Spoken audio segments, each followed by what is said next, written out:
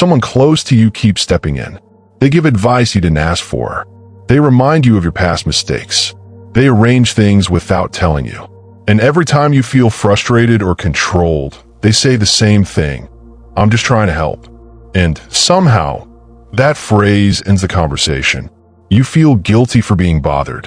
You go quiet, but something still feels off. That feeling is telling you something real. And Stoicism has a name for what is actually happening. If this kind of content speaks to you, hit the like button and subscribe. New Stoic wisdom drops every week to help you think clearly, live stronger, and stop being manipulated by the noise around you. Number 1. The most disarming sentence in human relationships. There's a sentence that works like a lock. Once it is spoken, you cannot argue back without looking ungrateful. You cannot push back without seeming like the problem. The sentence is, I'm just trying to help.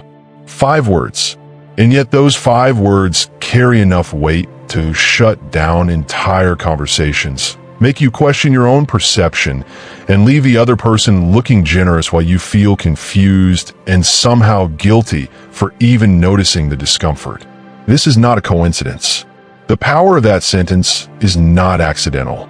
It has been refined through social conditioning, through families, through workplaces, and through relationships where one person has learned, consciously or not, that framing control as care is one of the most effective ways to avoid accountability. The Stoics would have recognized this immediately. They would have called it what it is, a confusion between what appears good and what actually is good. Helping is a noble act, but using the language of helping to escape responsibility is something else entirely. Marcus Aurelius wrote extensively about the difference between what a person says and what a person does. He warned himself, in his private journals, not for public display, to look past performance. He understood that people who need to announce their virtue are often the ones least in possession of it. A person who genuinely helps does not need the act to be acknowledged.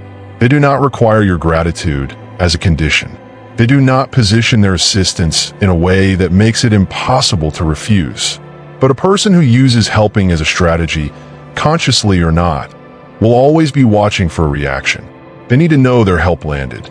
They need to see the effect, because what they are feeding is not your growth, but their own need for control, significance, or moral superiority. And the phrase, I'm just trying to help, is their exit when that need gets too visible. The phrase works because it exploits something real, your desire to be fair. Most people are reasonable. Most people want to see the good in others. When someone says they're only trying to help, your mind immediately runs a check. Am I being too sensitive? Am I misreading this? Is this person actually well-intentioned and I'm the one making it difficult? That internal audit is not weakness. It is a sign of intellectual honesty. But it is also the gap that manipulative behavior, even unconscious manipulation, slides through. The Stoics taught that a well-trained mind must be able to examine a situation without being captured by its surface appearance. Epictetus, who knew what it was like to be controlled by others since he was enslaved, taught that your judgment is the one thing no one can take from you, unless you hand it over willingly. And that phrase, I'm just trying to help, is designed, whether deliberately or not, to make you hand it over. What makes this particularly difficult is that genuine helping exists. People do care. Mothers stay up late because they love their children. Friends offer unsolicited advice because they genuinely want better outcomes for the people they care about. So the phrase is not always a manipulation. That is exactly what makes it so hard to navigate. You cannot simply distrust everyone who says it. Instead, Stoicism teaches a different approach. Do not evaluate the statement. Evaluate the pattern. One instance of, I'm just trying to help, in a long relationship of mutual respect and autonomy is likely genuine. But if the phrase shows up repeatedly, always after the other person overstepped, always when they're being called out, always as a way to avoid hearing your discomfort, then the pattern speaks louder than any individual moment. The pattern is the truth. Words are just the packaging. There is also a psychological reality at work beneath the surface of this phrase. Many people who use it are not fully aware of what they are doing. They genuinely believe they are helping. That belief is real to them. But belief in one's own good intentions is not the same as actually having good impact. A person can be sincerely convinced that their interference in your decisions is love, that their constant correction is care, that their inability to let you fail is protection, and be completely wrong. The impact on you is still real. The way it quietly chips away at your sense of agency is still real. The way it makes you doubt your own perceptions is still real. Stoicism does not ask you to judge that person's heart. It asks you to be honest about the effect. And it gives you permission, not guilt-free, but clear, to name that effect and protect yourself from it. The Stoic framework does not tell you to become cold, to cut people off, or to assume the worst. It tells you to see clearly. And seeing clearly means acknowledging that a phrase repeated often enough, deployed strategically enough, used to redirect blame often enough, is not just a phrase anymore. It is a pattern. It is a behavior. And behavior, not intention, not words, not the emotion behind them, is what actually shapes your life. You cannot control whether someone chooses to use helping as a mask, but you can control how long you stay confused by it. You can control the moment you decide to look at what is actually happening rather than what is being claimed. That decision is not cynicism. That decision is wisdom. And the Stoics spent centuries building the tools to make that decision easier. Number 2, when help is a form of control. Control does not always look like control. It rarely comes in through the front door. It comes through side doors, through excessive concern, through unsolicited involvement, through the steady erosion of your right to make decisions without having those decisions questioned, corrected, or followed up on. This is one of the most quietly damaging dynamics in human relationships, and it is difficult to name because it wears the costume of care. When someone controls you through helping, they are technically doing something nice. They're giving you things, advice, support, involvement, solutions. And yet something in you feels smaller after those interactions. Something in you feels managed. The Stoics would say that feeling deserves your full attention. They taught that your internal responses are data. Not all of them are reliable, but persistent discomfort in a recurring situation is your rational faculty telling you something worth hearing. Seneca wrote about the weight of favors given without true generosity. He drew a distinction between a gift freely given and a gift given with a claim attached. A claim on your gratitude, your behavior, your decisions, or your future. He argued that a gift with conditions is not a gift at all. It is a transaction, and one where you were never told the price. This maps directly onto the dynamic of help as control. When someone helps you, but uses the help to earn influence over your choices, when they step in, then expect input, then expect compliance, then feel entitled to correct you when you don't comply, they have moved well past helping. They have entered a territory where they're using your dependence, real or manufactured, as leverage. And the phrase, "I'm just trying to help," is the verbal instrument that keeps that leverage invisible. It reframes every act of overreach as generosity, and every protest from you as ingratitude. One of the most consistent features of control disguised as help is that it is difficult to stop. The helper never finishes. There's always one more thing you need from them. One more thing you are doing wrong, one more area of your life that requires their attention. This is important to notice. Genuine helping has a natural endpoint. The person is supported, and then they are released. They become more capable, more independent, more confident. Real help builds people up and then steps back. Controlling help, by contrast, creates or maintains dependency. It positions the helper as indispensable. It subtly communicates through tone, through timing, through the sheer persistence of involvement, that you cannot quite manage without them. And if you start to manage without them, something shifts. They become uncomfortable. They find new problems to solve, new concerns to raise, new reasons to step back in. This is not a flaw in their helping. It is a feature of their control. Epictetus teaches in the Enchiridion that one of the most important distinctions a person can make is between what falls within their control and what is not. But there is a companion lesson, less often discussed. You must also notice when someone else is attempting to control what falls within your sphere and refusing to respect that boundary. Your decisions are yours. Your mistakes are yours. Your life trajectory, your relationships, your values, all of yours. When someone repeatedly inserts themselves into these areas under the cover of helping, they are violating something fundamental. They are acting as if your inner life is also their territory. And the reason this is psychologically damaging, not just frustrating, but genuinely damaging, is that it teaches you to distrust yourself. You start to consult them before acting. You start to wonder if your instincts are reliable. You start to live as if your own judgment is permanently on probation. That is not a small thing. That is the slow erosion of a self. There is a particular version of this pattern that appears in families and long-term relationships, and it is worth addressing directly. Sometimes the controlling helper genuinely believes they have earned a right to this level of involvement. A parent who sacrificed for a child. A partner who carried more than their share during hard times. A friend who was there during the darkest period. The past sacrifice is real, but past sacrifice does not create a permanent account that can be drawn on indefinitely. It does not give someone ownership over your present. The Stoics were very clear on this point. Virtue is its own reward.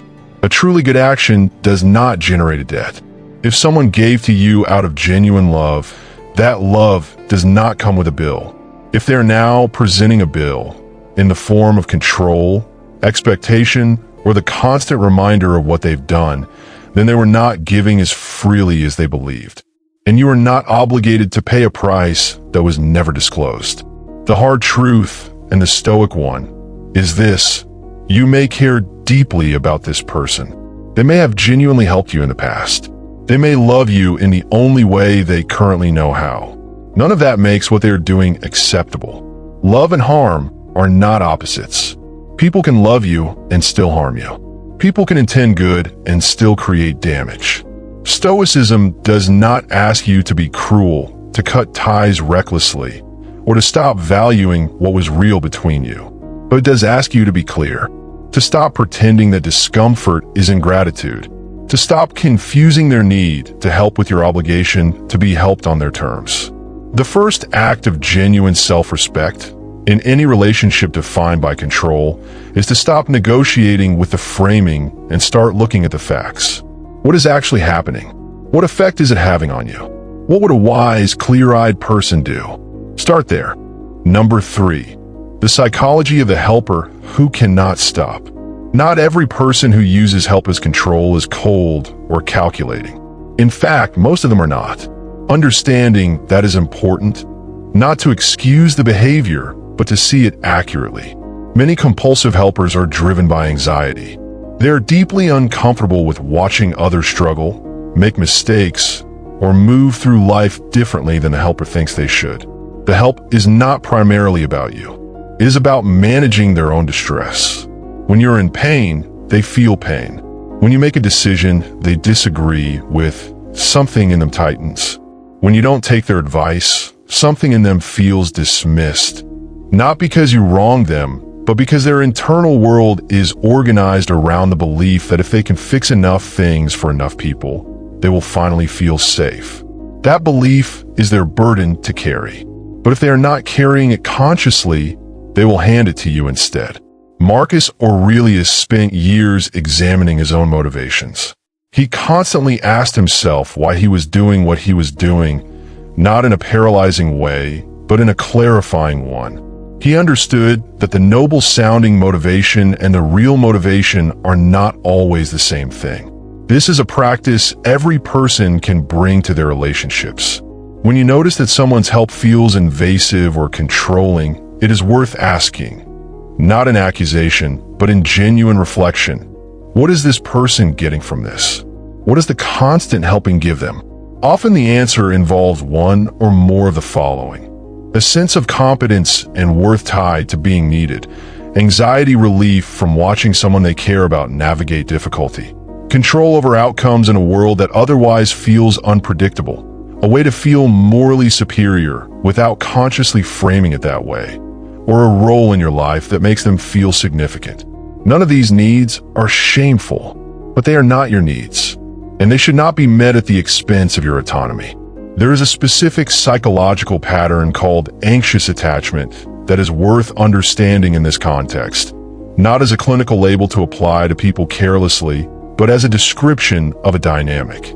People with anxious attachment tend to equate helping and doing for others with love.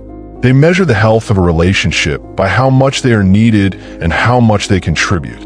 When you become more independent, when you stop needing their input, when you solve your own problems, when you form your own views, they experience that as loss, sometimes even as rejection. And so they create new needs, new problems to solve, new ways to be involved. The help is, in this sense, a kind of emotional glue. It keeps the relationship from feeling threatening. But what it actually does is keep you stuck. It keeps you in a role, the one who needs help that you may have outgrown or that you never signed up for in the first place. The Stoics were not therapists, but they were deeply interested in what distorts human judgment. Epictetus in particular was fascinated by the way fear, especially fear of loss, fear of irrelevance, fear of not being enough, drives people to behave in ways that appear virtuous but are actually self-serving. He taught that a person who helps you so that you will need them is not practicing generosity. They are practicing a form of self-preservation. The help is real in one sense. It may solve an immediate problem, but the underlying dynamic is not one of giving. It is one of transaction, and in that transaction, your independence is quietly the currency being spent. Each time you rely on them, they feel safer. Each time you don't need them, they feel destabilized. Understanding this does not mean you owe them continued dependence. It means you can see the dynamic clearly enough to stop participating in it as a passive actor. There's also a harder variant of this pattern, one where the helper is not anxious but genuinely enjoys the power that comes with being indispensable. This is less common and more difficult to confront because the enjoyment is rarely visible. The person may appear humble, self-sacrificing, even worn down by all they do for others. But there is a consistent thread. They do not actually want you to solve your problems. They want to solve your problems for you. Every time you struggle and they step in, something in them is satisfied. Every time you succeed without them, something in them goes quiet or even turns cold. This is a different psychology than the anxious helper, but the effect on you is similar. Your growth is subtly unwelcome. Your self-sufficiency is a threat, and the help, rather than building you up, is quietly designed, again, often not consciously, to keep you in a position where they're still needed. Stoicism gives you a practical lens for this. It says, look at the effects, not the declarations. Look at what the help produces over time. Does it leave you more capable or less? Does it leave you more confident in your own judgment or less? Does it widen your sense of what you can do? Or does it quietly suggest that you're better off when they're involved? Genuine care builds capability. It gives and then steps back. It celebrates your independence rather than mourning it.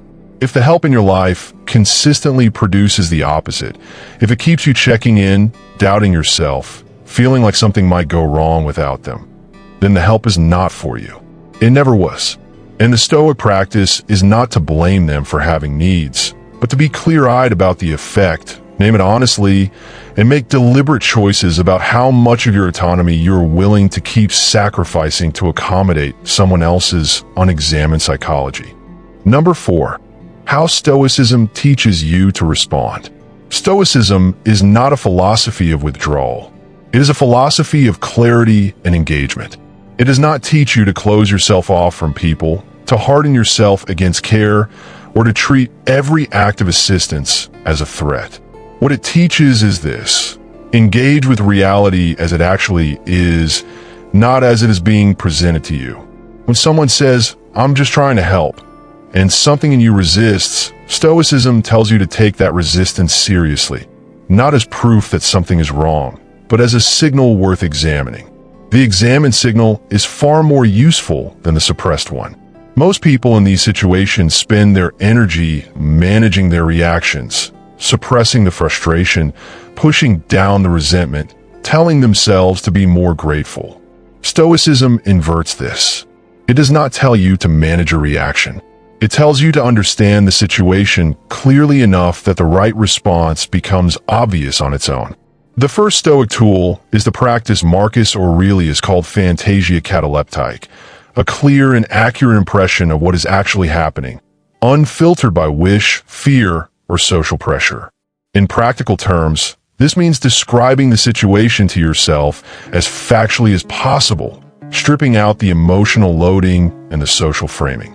Not, "They only want what's best for me and I should be more grateful." Not, "They're manipulating me and I'm a victim."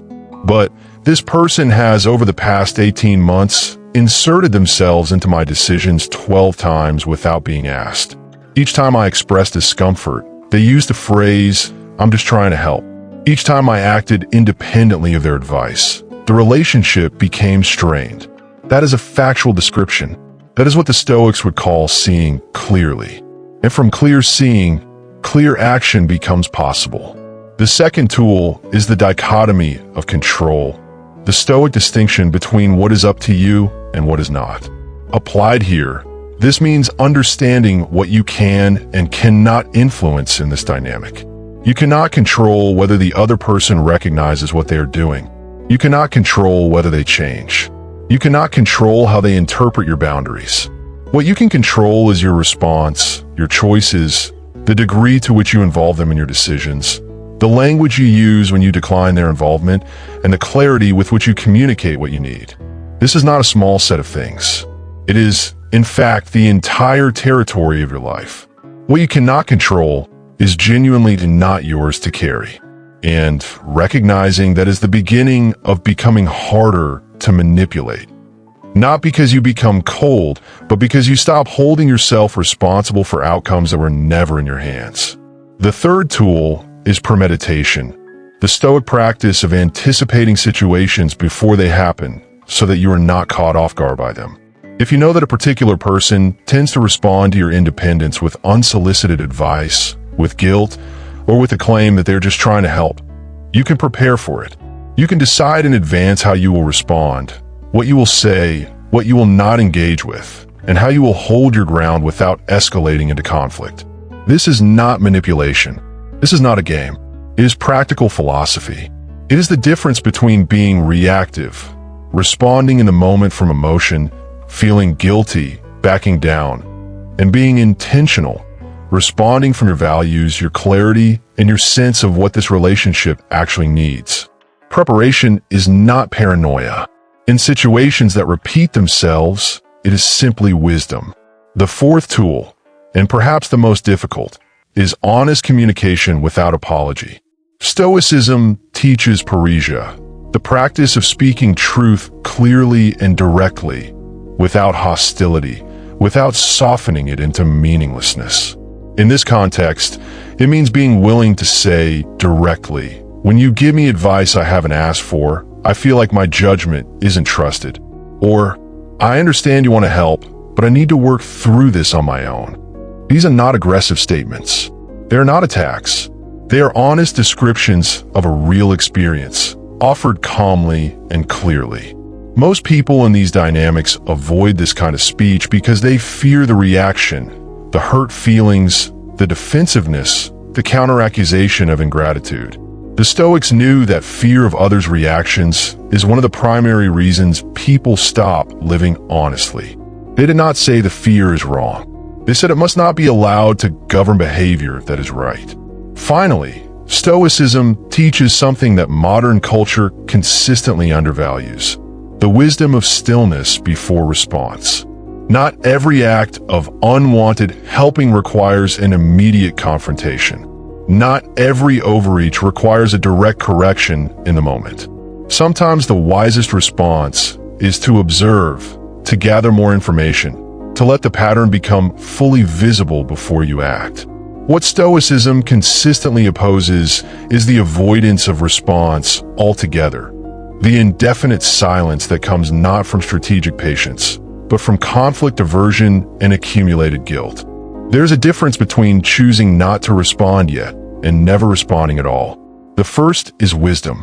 The second is slow suffocation. If a pattern is damaging your sense of agency, your self-trust, or your peace, the Stoic position is clear. You are obligated to address it. Not because you owe it to anyone else, but because you owe it to yourself. The care of the self, in Stoic philosophy, is not selfishness. It is the foundation of everything else. Number 5. The long-term cost of accepting this dynamic. What happens to a person who never pushes back? There's a cost to living inside a dynamic that consistently tells you your judgment is insufficient. It is not always visible in the short term. In the short term, it might even feel comfortable.